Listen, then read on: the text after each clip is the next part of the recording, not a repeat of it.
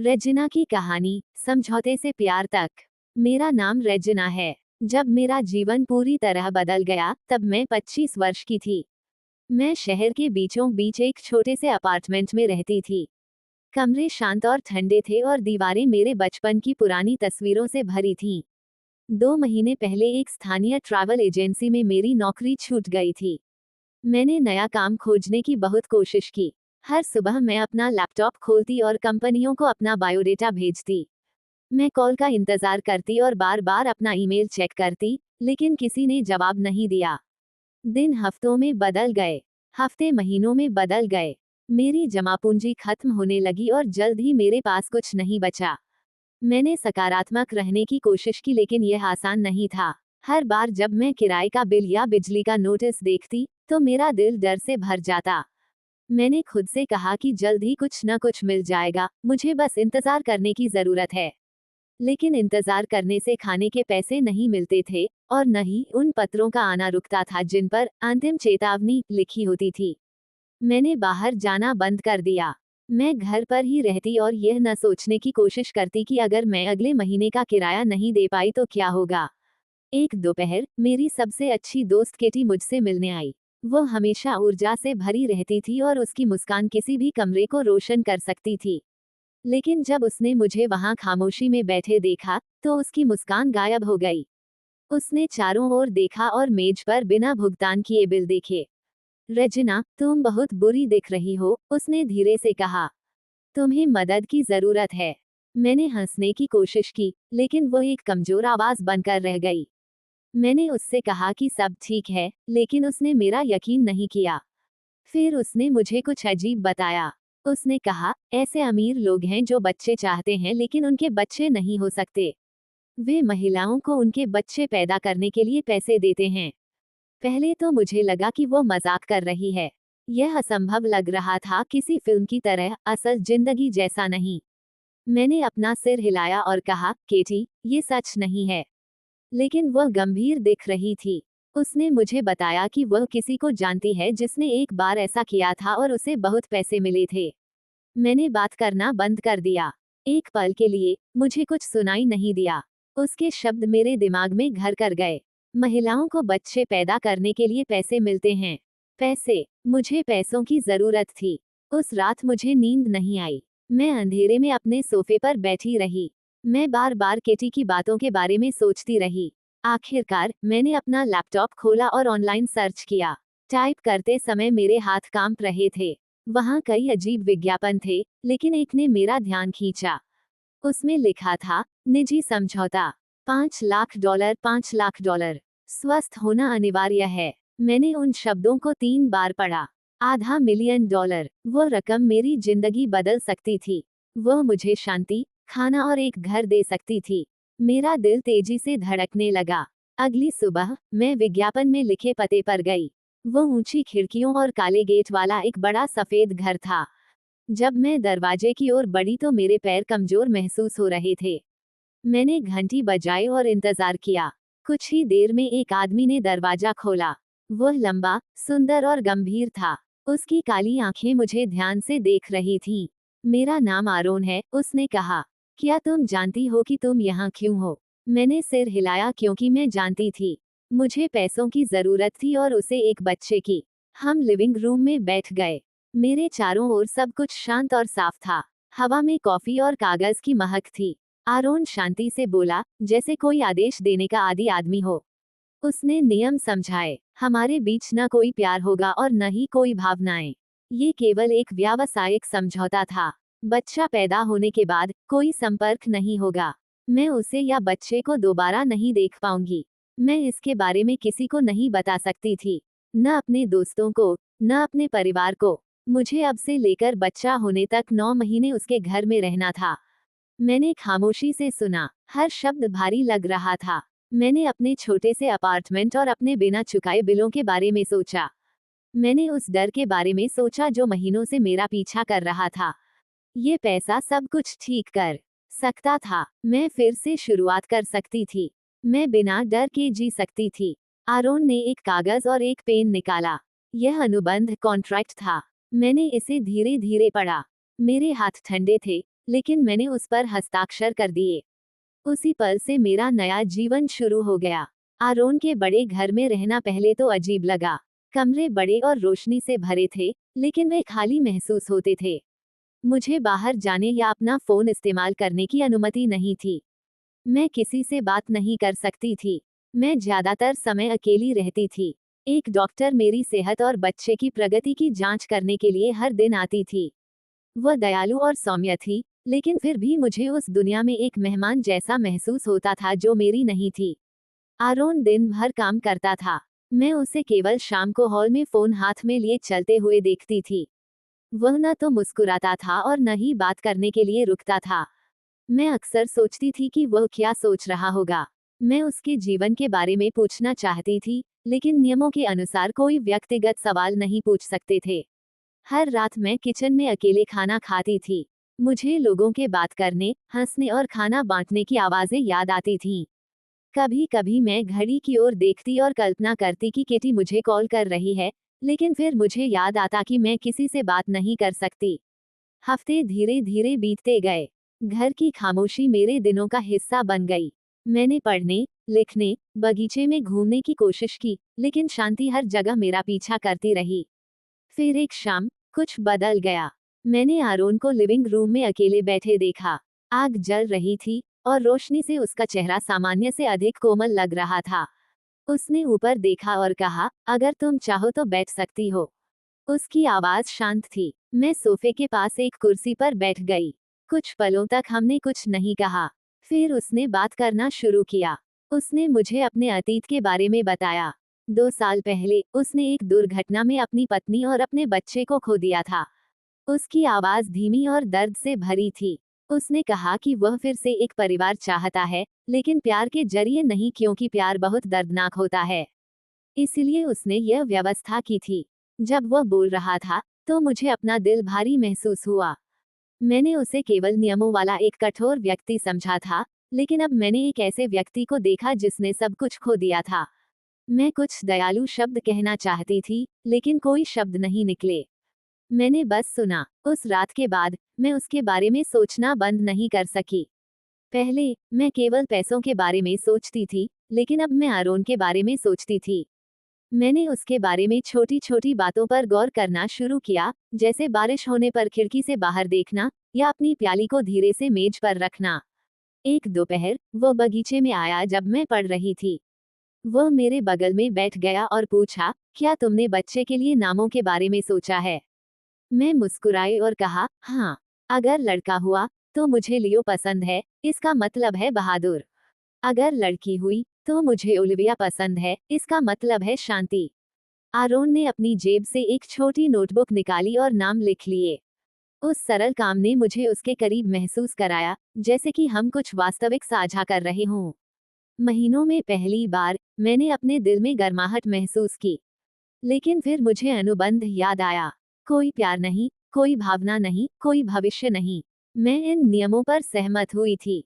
फिर भी मेरा दिल नहीं माना। उसके लिए मेरी भावनाएं हर दिन बढ़ती गईं। मैंने उसके बारे में सोचना बंद करने की कोशिश की, लेकिन मैं नहीं कर सकी। फिर एक सुबह घर की शांति टूट गई। मैं नाश्ता कर रही थी जब मैंने दरवाजे पर दस्तक सुनी। मैं उसे खोलने गई, लेकिन आरोन वहां पहले से मौजूद था। बाहर एक महिला खड़ी थी। वह सुंदर थी। उसने लंबा कोट और महंगे गहने पहने थे, लेकिन उसका चेहरा गुस्से से भरा था।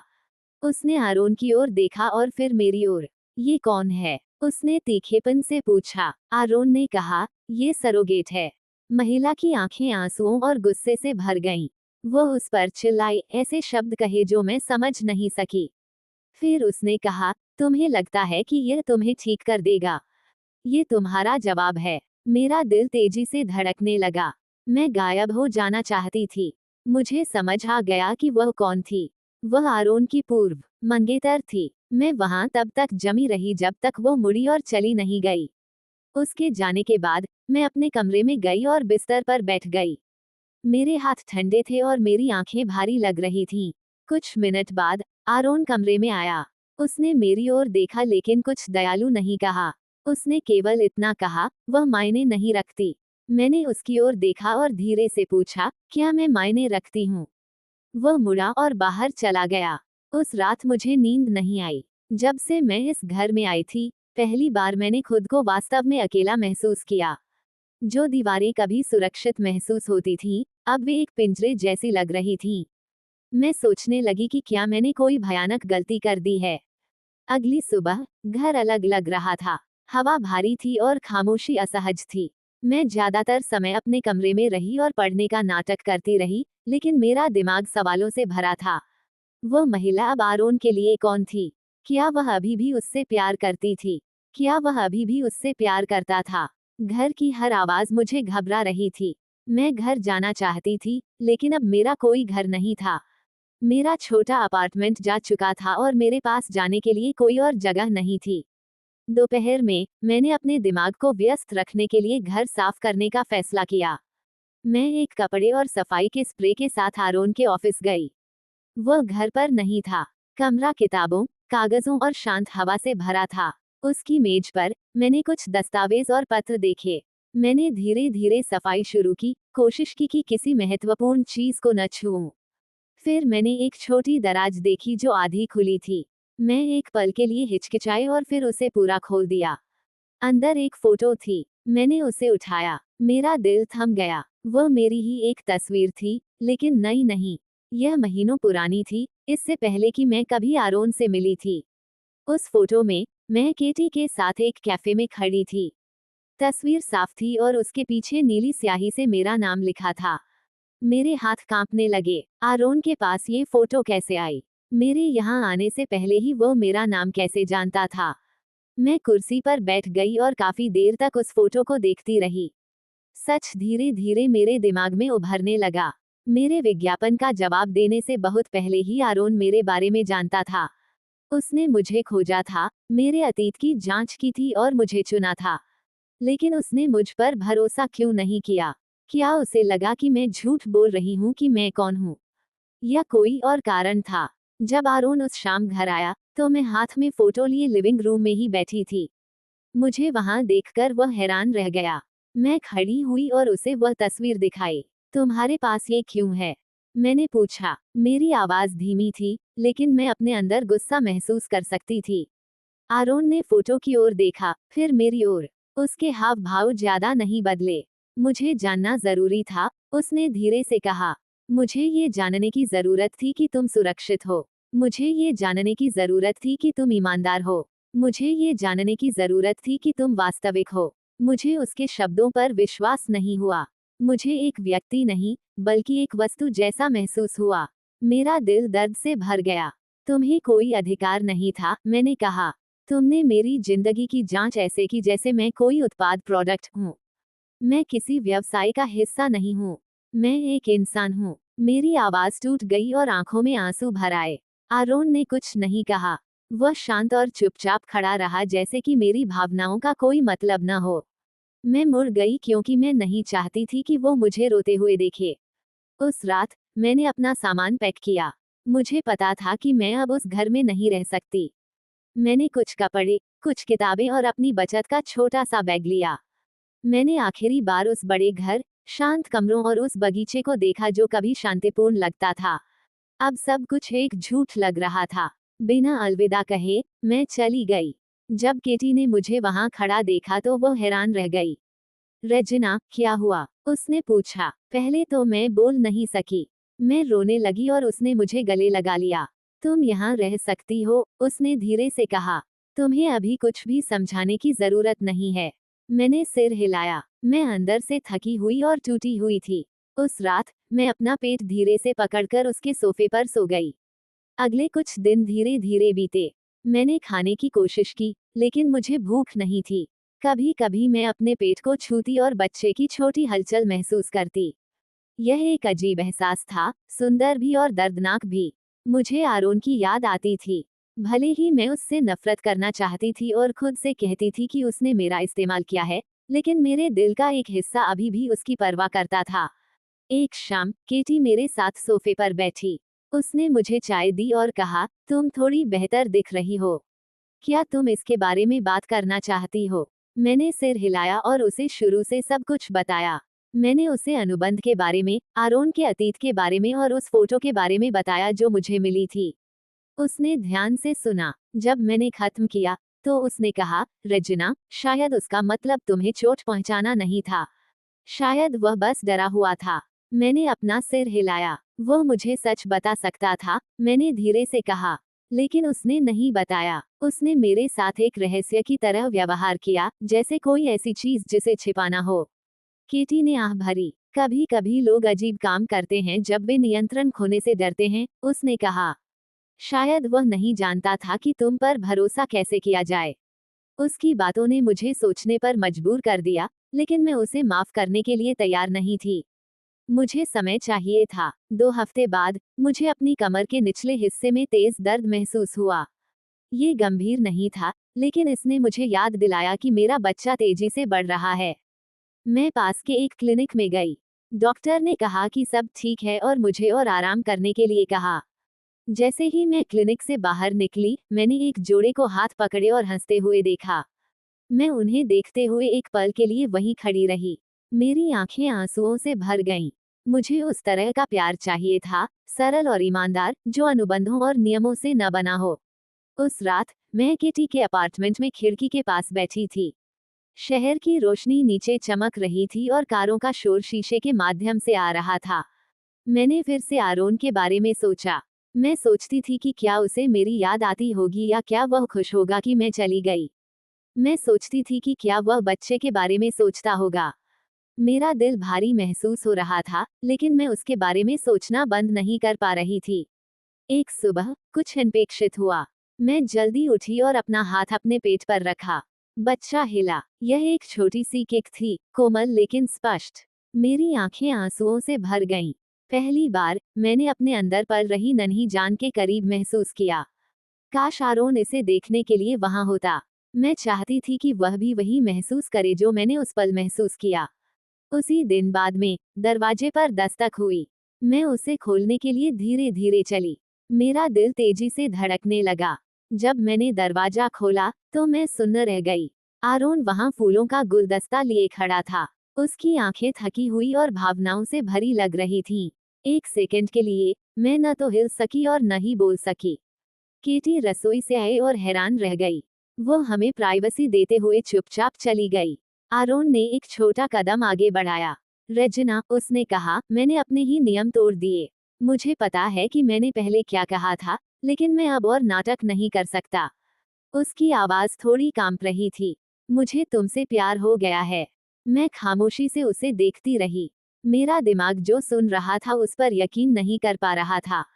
उसने आगे कहा, मुझे लगा कि मैं अपना दिल बंद रख सकता हूँ, लेकिन मैं नहीं रख सका। तुम कभी भी केवल एक समझौते का हिस्सा नहीं थी। तुम उससे कहीं बढ़कर हो। मैं चाहता हूँ कि तुम मेरे साथ रहो, सिर्फ बच्चे के लिए नहीं। मैं चाहता हूँ कि तुम रहो क्योंकि मैं तुमसे प्यार करता हूँ। मेरी आंखों से आंसू बहने लगे। मैं उलझन और उम्मीद दोनों महसूस कर रही थी। मेरा एक हिस्सा वापस उसकी बाहों में भाग जाना चाहता था। दूसरा हिस्सा अभी भी डरा हुआ था। मैंने उसकी आंखों में देखा। वे ईमानदार और दुख से भरी थीं। मैंने एक गहरी सांस ली और कहा, आरोन, मुझे नहीं पता कि क्या कहूँ। वह और करीब आया। हाँ कहो, उसने धीरे से कहा। मेरे साथ रहो, हम एक परिवार बन सकते हैं। मेरे हाथ कांप रहे थे। मैं बच्चे की हलचल फिर से महसूस कर सकती थी। यह मेरे अंदर एक छोटे से संकेत की तरह था। मैंने अपने आंसू पोंछे और फुसफुसाते हुए कहा, हाँ आरोन, मैं रहूंगी। उस पल हमारे आसपास सब कुछ थम गया। मैंने अपने दिल के अंदर कुछ नया महसूस किया। अब ये डर नहीं था, ये शांति थी। मुझे पता था कि जिंदगी आसान नहीं होगी, लेकिन यह वास्तविक होगी। आरोन पहली बार मुस्कुराया जब से मैं उससे मिली थी। उसने धीरे से अपना हाथ मेरे पेट पर रखा और फुसफुसाया, शुक्रिया। मुझे तब एहसास हुआ कि यह अब पैसों के बारे में नहीं था। यह उन दो लोगों के बारे में था जो अलग अलग तरीकों से टूट चुके थे, लेकिन उन्होंने साथ मिलकर कुछ सुंदर खोज लिया था। उस शाम हम सोफे पर बैठकर चुपचाप बातें करते रहे। बाहर की दुनिया बहुत दूर लग रही थी। लंबे समय में पहली बार मैंने सुरक्षित महसूस किया। मुझे नहीं पता था कि भविष्य क्या लाएगा, लेकिन मैं उसका सामना करने के लिए तैयार थी। मैं अब वो महिला नहीं थी जिसने पैसों के लिए एक कागज पर हस्ताक्षर किए थे।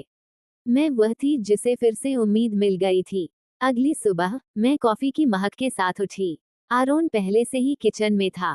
मुझे देखकर वह मुस्कुराया और पहली बार यह अजीब नहीं लगा। हम एक साथ मेज पर बैठे खामोशी से कॉफी पीते रहे। हवा में एक सुकून भरा एहसास था, जैसे किसी लंबे तूफान के बाद घर ने गहरी सांस ली हो। मैंने उसे देखा और महसूस किया कि वो कितना बदल गया है।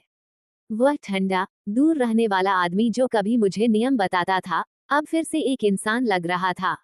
वह गर्मजोशी से भरा और जीवंत दिख रहा था। नाश्ते के बाद हम साथ में बगीचे में टहले। धूप कोमल थी और आसमान रंगों से भरा था। आरोन ने मुझे बताया कि उसने कुछ समय के लिए अपनी सारी व्यावसायिक योजनाएं बंद कर दी हैं।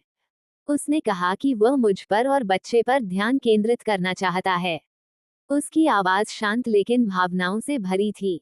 मैं चुपचाप सुनती रही, हर शब्द के साथ मेरा दिल हल्का महसूस हो रहा था। मैंने बच्चे को फिर से हिलते हुए महसूस किया और मुस्कुरा दी। आने वाले दिन शांतिपूर्ण थे। डॉक्टर अब कम आती थी क्योंकि सब कुछ सामान्य था। मैं अपनी दोपहर पढ़ने और बगीचे में टहलने में बिताती थी। कभी कभी आरोन मेरे साथ होता और हम फिर से नामों के बारे में बात करते। उसे अभी भी लियो और ओलिविया पसंद थे। जब वह वे नाम लेता तो उसकी आंखें उम्मीद से चमक उठती। हर बार जब वह मुस्कुराता, मुझे अपने अंदर कुछ गहरा महसूस होता। ये प्यार था, असली प्यार, जो पैसों या डर से नहीं बना था। एक शाम हम बरामदे पर बैठकर सूर्यास्त देख रहे थे। रोशनी पेड़ों को छू रही थी और सब कुछ सुनहरा दिख रहा था। आरोन मेरी ओर मुड़ा और धीरे से कहा, मैं लंबे समय से खोया हुआ था। मुझे लगा कि पैसा दर्द को ठीक कर सकता है, लेकिन इसने इसे और गहरा कर दिया। तुमने मुझे ये याद दिलाने में मदद की कि जीवित महसूस करने का क्या मतलब होता है। उसकी बातों ने मेरे दिल को छू लिया। मैंने कोई जवाब नहीं दिया। मैंने बस उसका हाथ पकड़ लिया और हम वहां खामोशी में एक साथ बैठे रहे। जब आखिरकार बच्चा हुआ, तो वह वसंत की एक उज्ज्वल सुबह थी। आसमान नीला था और हवा ताजी लग रही थी। डॉक्टर ने बच्चे को अपनी बाहों में लिया और धीरे से कहा, यह एक लड़की है। मैंने आरोन की ओर देखा। उसकी आंखों में आंसू थे। जब उसने बच्चे को लिया और पहली बार उसे गोद में पकड़ा, तो उसके हाथ कांप रहे थे। उसने मेरी ओर देखा और फुसफुसाया, ओलिविया। उस पल मैंने कुछ ऐसा महसूस किया जो मैंने पहले कभी महसूस नहीं किया था। ये डर या जरूरत नहीं थी, ये शांति थी। मैंने उस आदमी को देखा जो कभी अजनबी था, अब हमारे बच्चे को प्यार से पकड़े हुए था। मुझे एहसास हुआ कि मैं जिस भी चीज से गुजरी थी, वह मुझे इसी पल तक ले आई थी। दर्द, अकेलापन, डर, सब मुझे यहाँ तक ले आए थे। आरोन ने मेरे माथे को चूमा और कहा, शुक्रिया रेजिना, मुझे मेरी जिंदगी वापस देने के लिए। मैं मुस्कुराई और कहा, तुमने मुझे भी एक जिंदगी दी है। बच्चे ने एक छोटी सी आवाज निकाली और हम दोनों धीरे से हंस पड़े। वह घर जो कभी ठंडा लगता था, अब गर्माहट और जीवन से भरा था। मुझे आखिरकार समझ आ गया कि प्यार खरीदा नहीं जा सकता। यह उन लोगों के बीच चुपचाप बढ़ता है जो तब भी साथ रहने का चुनाव करते हैं जब दर्द होता है। यह अब भुगतान के बारे में नहीं था। ये प्यार, क्षमा और एक ऐसे परिवार के बारे में था जो उम्मीद से पैदा हुआ था।